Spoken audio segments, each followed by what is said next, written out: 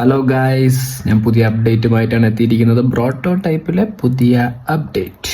ഇതിൽ പറയാൻ പോകുന്ന കാര്യം എന്നത് ഓൾഡ് ബ്രോട്ടോ ടൈപ്പ്, ഓൾഡ് ഗൈഡ് ലൈൻസും, അതായത് പുതിയ കണ്ടർനേഷൻ ഗൈഡ് ലൈൻസ്. കണ്ടർനേഷൻ എന്ന് പറയുമ്പോൾ റിപ്പീറ്റ് ആവുന്നവർക്ക് ഫൈന്, അതിനെക്കുറിച്ച് മാത്രമാണ് ഇതിൽ പറയാൻ പോകുന്നത്. ഓക്കെ, അതായത് ഇപ്പോൾ ഒരു തവണ റിപ്പീറ്റായി, ഒരു തവണ വീക്കിലി റിവ്യൂ അറ്റൻഡ് ചെയ്തു, ഫെയിലായി, വീണ്ടും അത് റിപ്പീറ്റ് ചെയ്യുന്നു, അതും ഫെയിലായാൽ 1000 രൂപ അടയ്ക്കണം.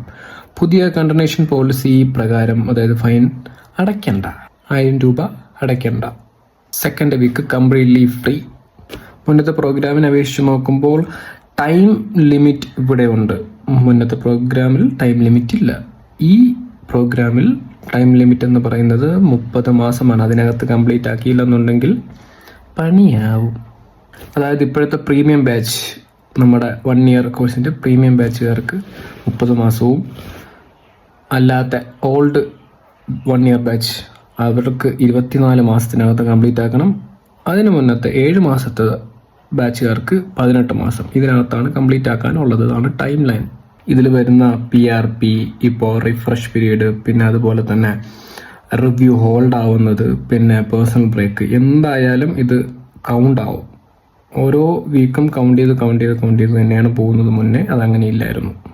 ഇനി പേയ്മെൻ്റ് എന്ന് പറയുന്നത് ഈ പറഞ്ഞ 30 മാസം കഴിഞ്ഞ എത്ര ആണോ ടൈം ലിമിറ്റ്, അത് കഴിഞ്ഞിട്ടുള്ള പേയ്മെൻ്റ് ആണ്. അതായത് ഇത് കഴിഞ്ഞ് കഴിഞ്ഞാൽ ഓരോ വീക്കും 5000 രൂപ വെച്ച് കൊടുക്കണം. ഇതാണ് ഇപ്പം അറിയാൻ കഴിഞ്ഞൊരു കാര്യം. പിന്നെ ഓൾഡ് ബാച്ചസ് എന്ന് പറയുമ്പോൾ 4000 വെച്ച്, ഇങ്ങനെയാണ് ഒരു കണക്ക്. മുന്നത്തെ സംഭവം എന്ന് പറഞ്ഞാൽ കുറച്ച് ഫ്ലെക്സിബിലിറ്റി കാര്യങ്ങളൊക്കെ ഉണ്ടായിരുന്നു. ഇപ്പോൾ അതില്ല. Time limit is important.